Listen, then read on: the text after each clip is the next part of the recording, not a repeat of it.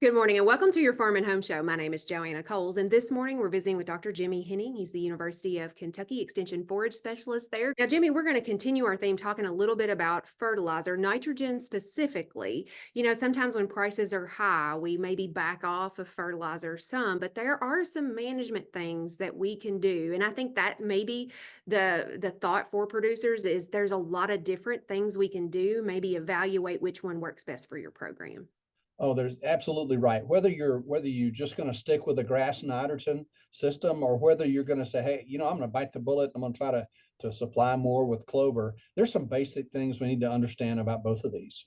Absolutely, because a lot of times I'll say, I'll just throw some clover out there and it's going to solve all my problems. And that's Uh, not necessarily the case. no, and in fact, it takes a little time. There've been some really interesting work, but I'll make it very short. The nitrogen benefit that you see from clover right this year in your pastures or in your hayfields came from that clover plant last year, right? So it takes a little time for clover to impact the nitrogen status in the field, particularly with the grass. The other thing is it's a function of how much clover, tons, right? So therefore, the taller growing stuff, alfalfa, red clover, are going to be more powerful in pushing your grass yields down the road than, say, a white clover stand that may be only 3 inches tall. Absolutely. And I know you're a fan of red clover and some people are like, oh, I can't get it to grow in my pastures or hay fields. But I think we've seen a lot of growth.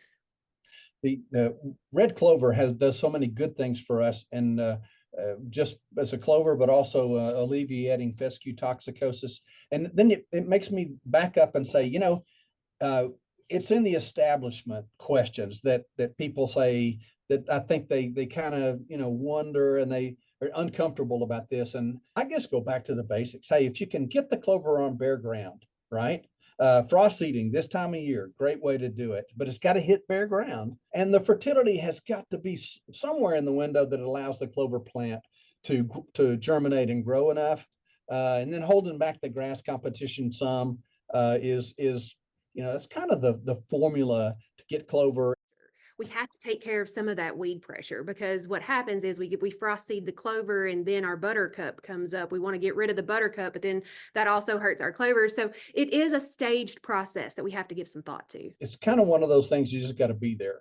People ask me all the time, can I establish clover by doing this? And I've got a picture in my mind of what it's going to take.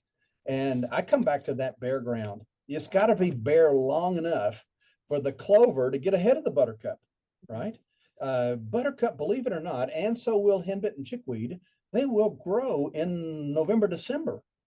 And if you just think you're going to, let the whole pasture kind of be what it is, and then just run out there and on a snow like we got right now, and throw some seed out, well, the henbit and chickweed are way ahead of the clover. So, bare ground, and that means maybe a disking, maybe a chain harrow, maybe one day too long with feeding the cows, in a field, but there's got to have some bare ground. Well, the urine contains almost 100% of the potassium that was in the forage or the hay.